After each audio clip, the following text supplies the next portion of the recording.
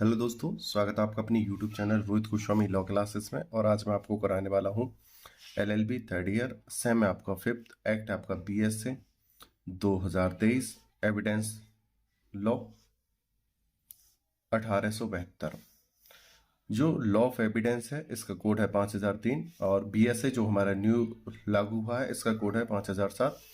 इसकी तैयारी back and x student करेंगे, और इसकी तैयारी हमारे जो न्यू स्टूडेंट हैं जो पहली बार लॉ ऑफ एविडेंस का पेपर देने वाले हैं, जिसका नाम बदलकर बीएसए भारतीय साक्ष्य अधिनियम कर दिया है, वो तैयारी करेंगे।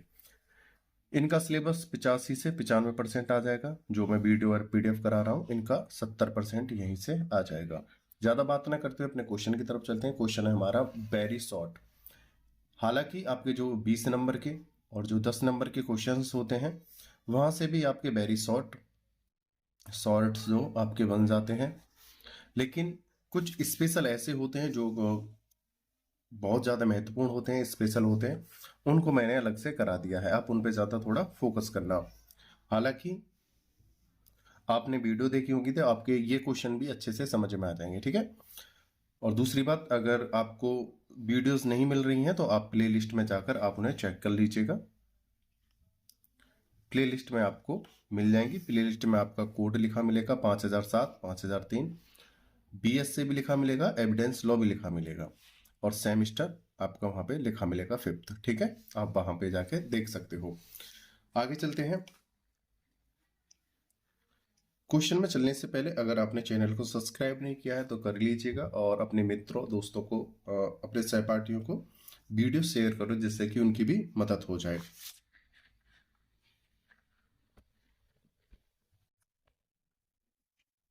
ये जो आपको नंबर दिख रहा है ये हमारा कॉन्टैक्ट नंबर है, व्हाट्सअप नंबर है।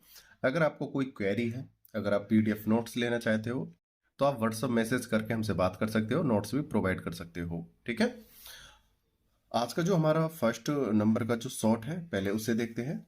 सुसंगत तथ्य से आप क्या समझते हैं? सुसंगत तथ्य एक उस प्रकार से मान सकते हो जैसे एक ही क्लास के एक ही सब्जेक्ट के स्टूडेंट, जैसे आप लॉ के स्टूडेंट हो, लॉ में भी आपके जैसे फिफ्थ सेम है, फिफ्थ सेम के ही एक जैसे एक ही प्रकार के स्टूडेंट, ठीक है, वो सुसंगत हैं। उसी प्रकार से जब कोई हमारा केस होता है,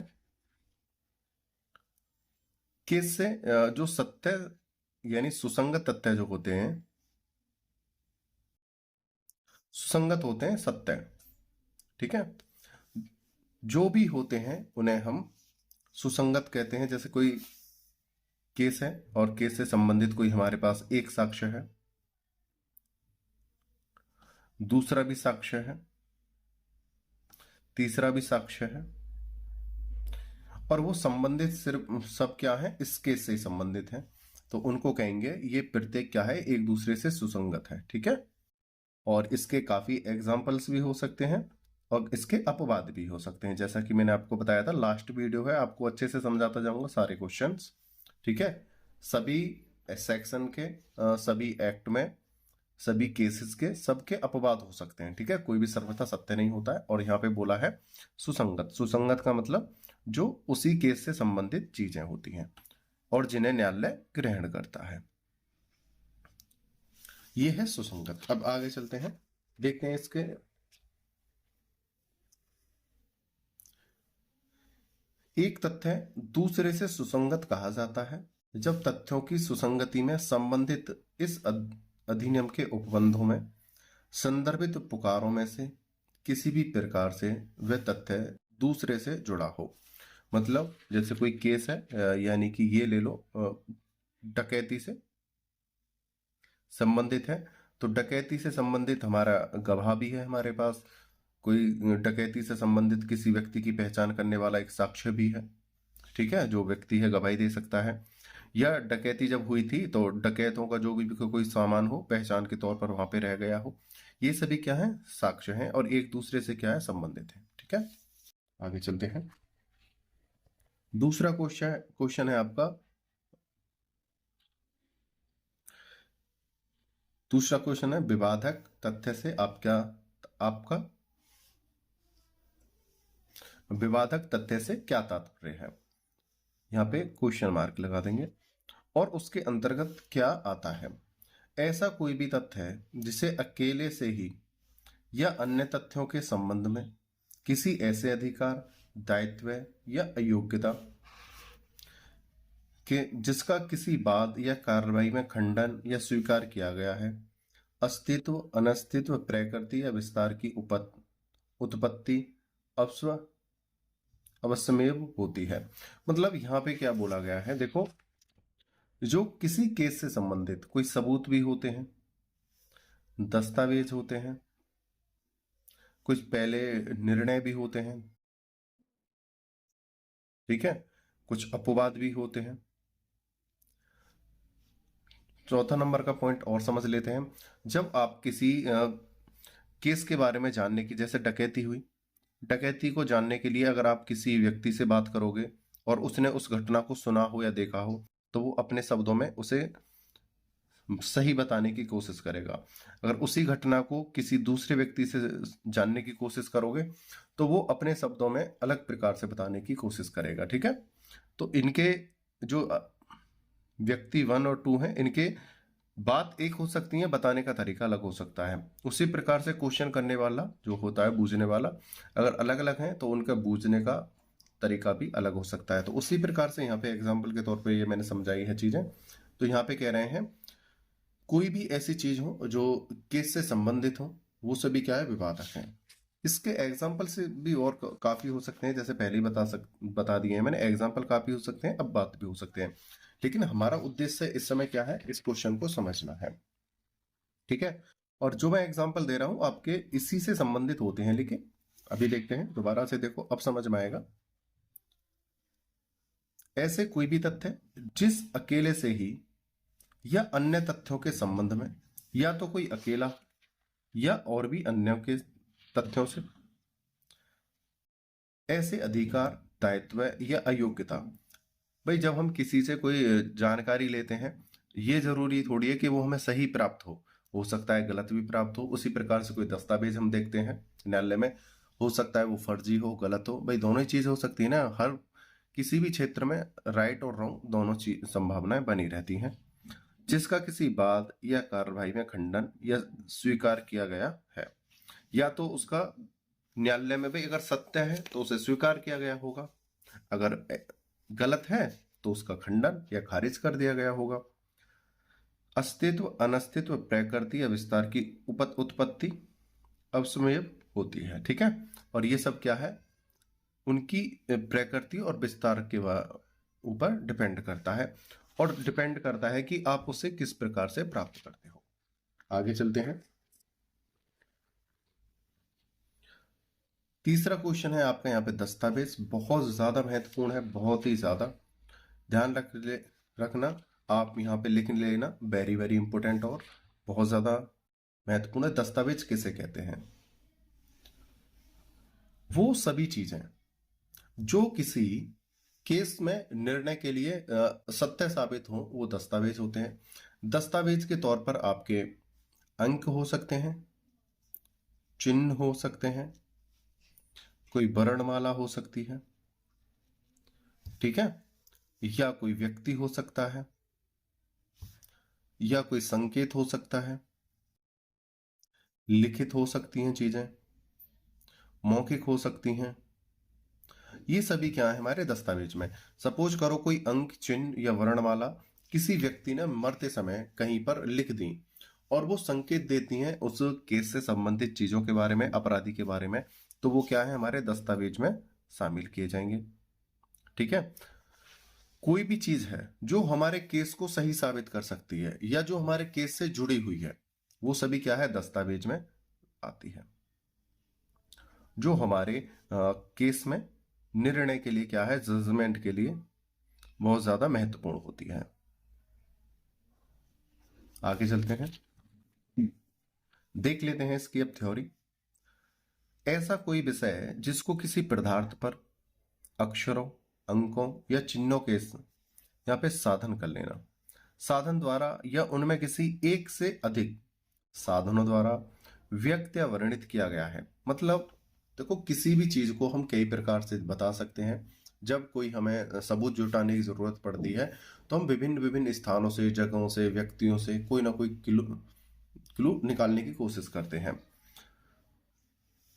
जो उस विषय के अभिलेखन के उद्देश्य से उपयोग किए जाने को आश्रित हो या उपयोग किया जा सके, दस्तावेज कहलाता है।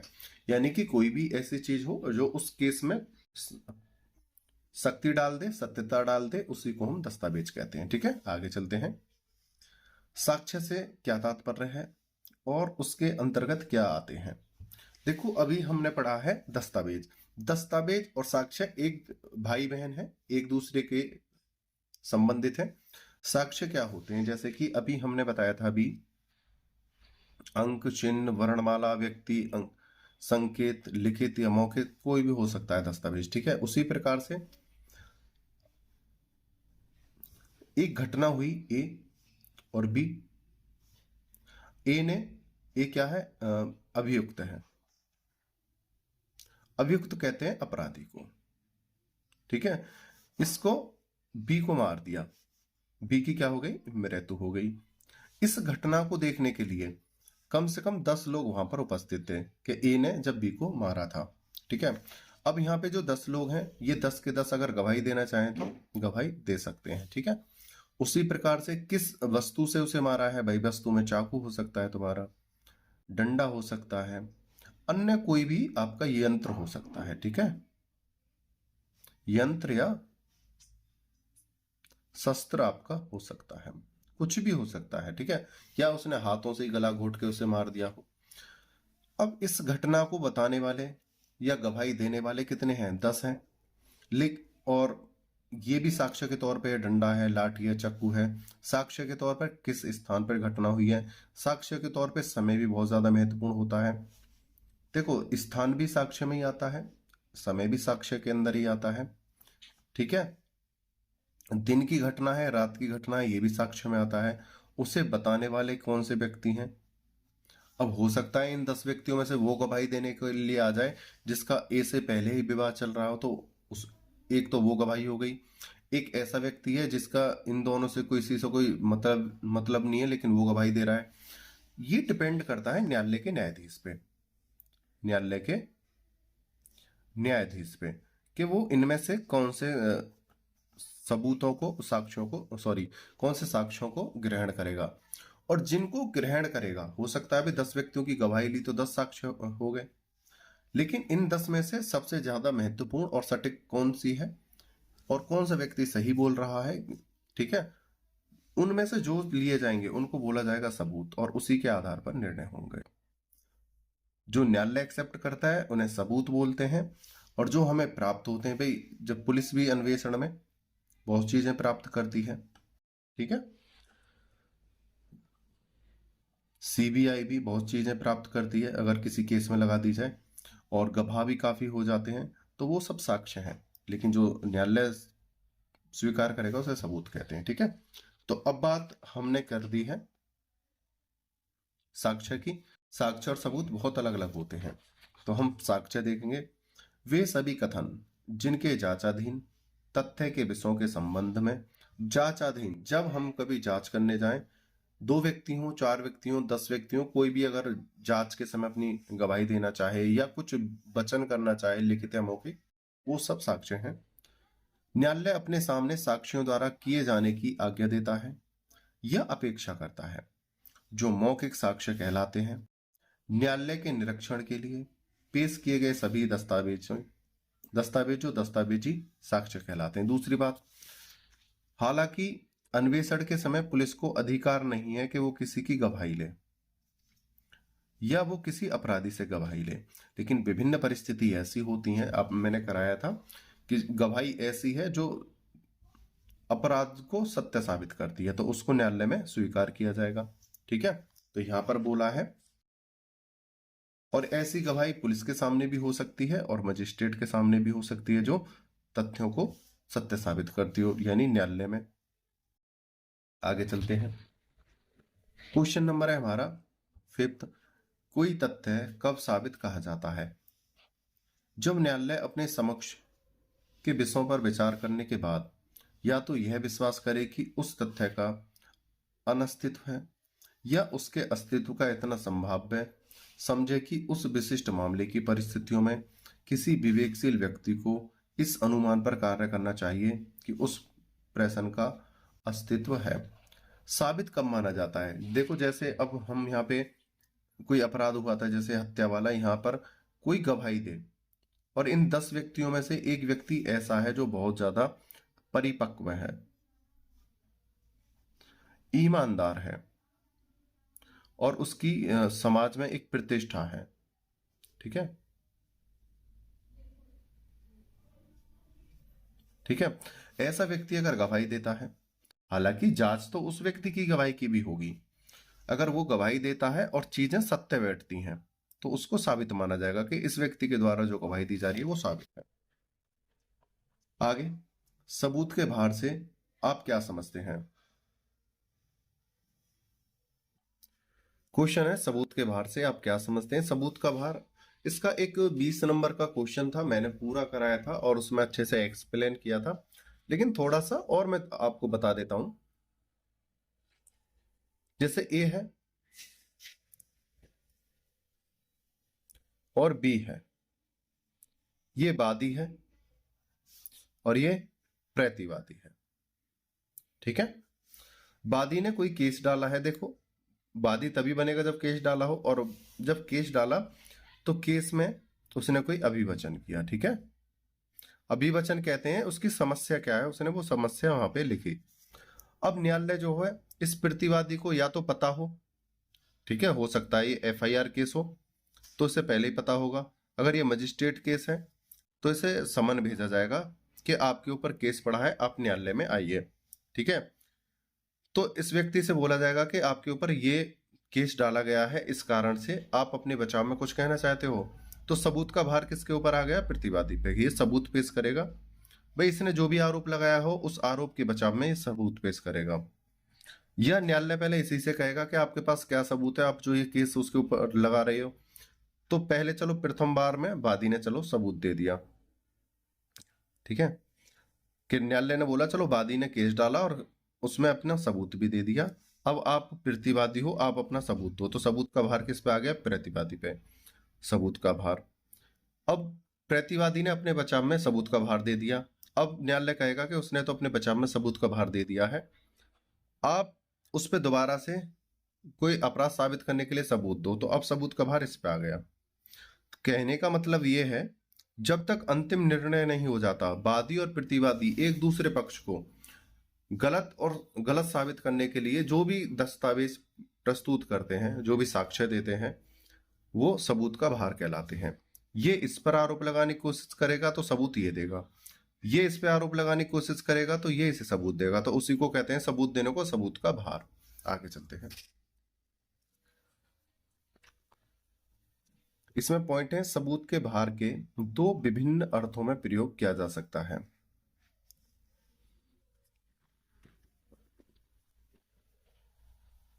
नंबर 1, किसी मामले को कानून एवं अभिवचन के आधार पर स्थापित करने का भार। भाई हम मामले को कानून से और अभिवचन से तो स्थापित कर सकते हैं। दूसरा, सबूत पेश करने का भार।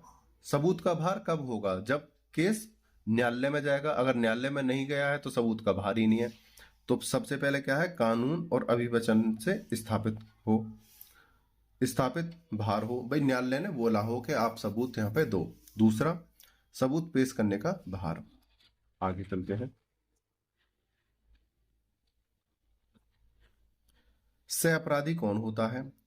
इसका पॉइंट है, दोषी आशय से अपराध में हिस्सा लेने वाला व्यक्ति सह अपराधी होता है। बहुत सिंपल शब्दों में, जो कोई किसी की अपराध करने में मदद करता है या अपराध करने में उसका साथ देता है, वो सह अपराधी होता है।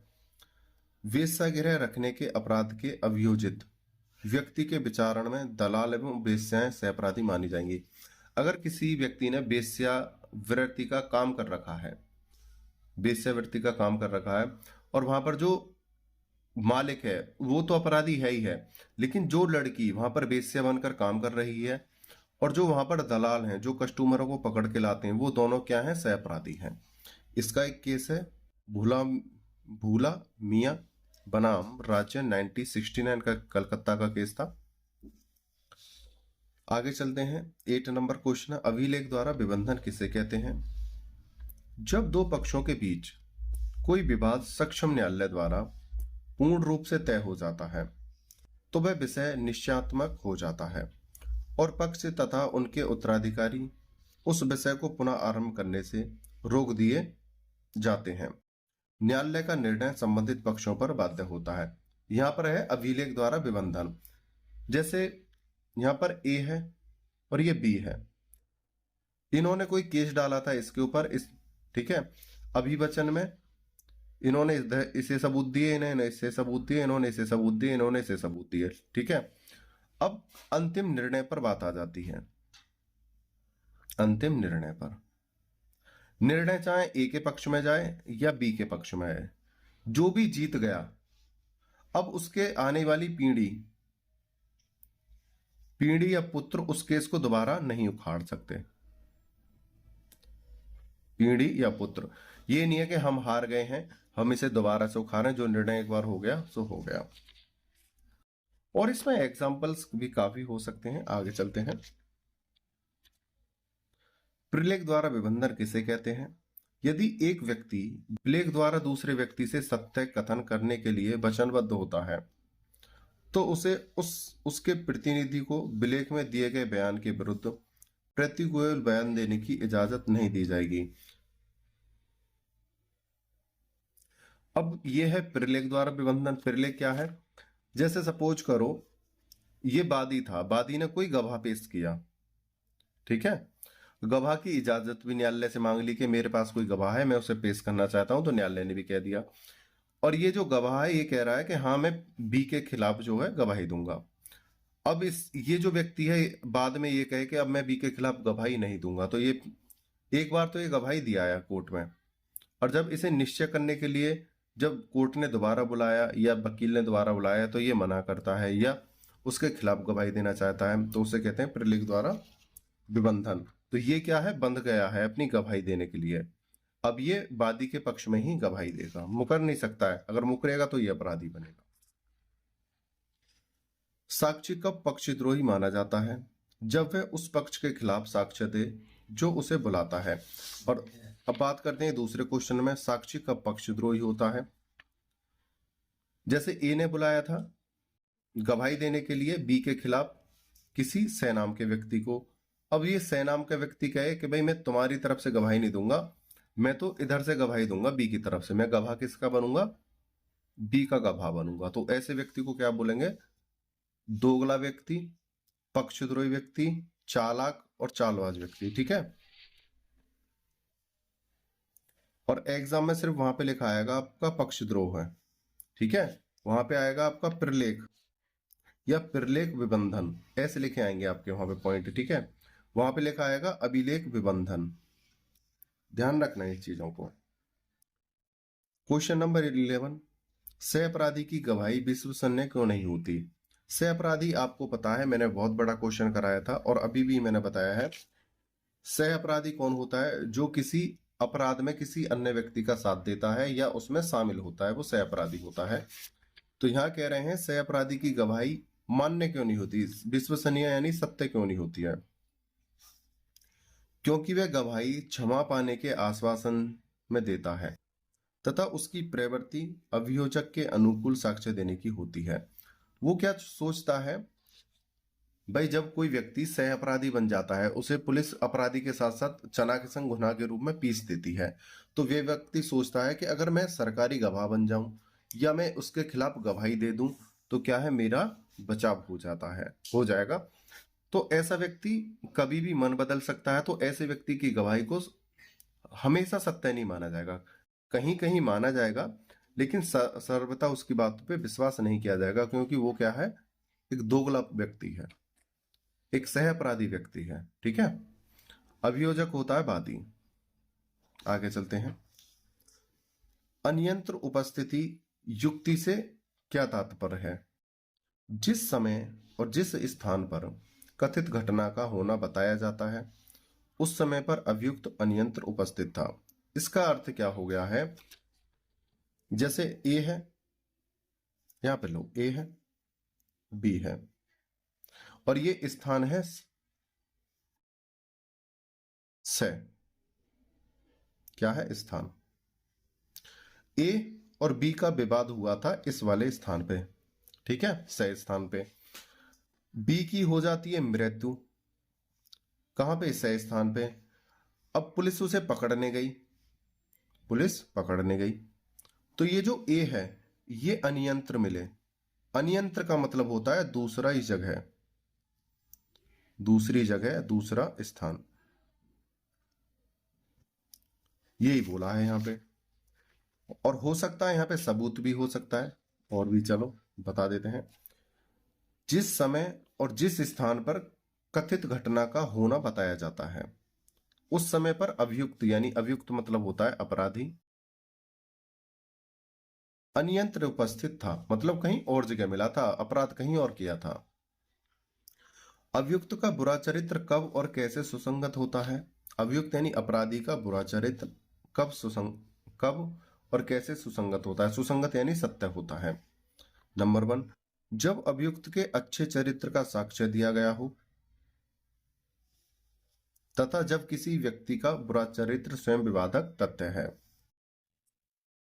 भाई कभी हो सकता है अभियुक्त का बुरा चरित्र, भाई जिस व्यक्ति की समाज में बहुत ज्यादा प्रतिष्ठा थी, मान था, सम्मान था, इज्जतदार व्यक्ति था, सब उसके बारे में अच्छा ही बता रहे थे, लेकिन उसने कोई अपराध कर दिया तो उसका चरित्र कैसा बन गया?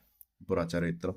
जब किसी व्यक्ति का बुरा चरित्र स्वयं विवादक तथ्य है, या एक प्रकार से यह भी हो सकता है भाई बहुत से लोग मजबूरी में अपराध करते हैं, तो उसका चरित्र बुरा बाहर निकल के आ गया, चाहे वो मजबूरी में हो या कैसे भी हो। दूसरा, कुछ लोगों के हाव भाव, चाल ढाल, बातें स्वयं बता देती हैं वो किस प्रकार का अपराधी है। आगे चलते हैं। व्यक्तिलक्षी तथा लोकलक्षी निर्णय में क्या अंतर है? व्यक्तिलक्षी निर्णय पक्षों और उनके प्रतिनिधियों के बीच निश्चायक सबूत होते हैं।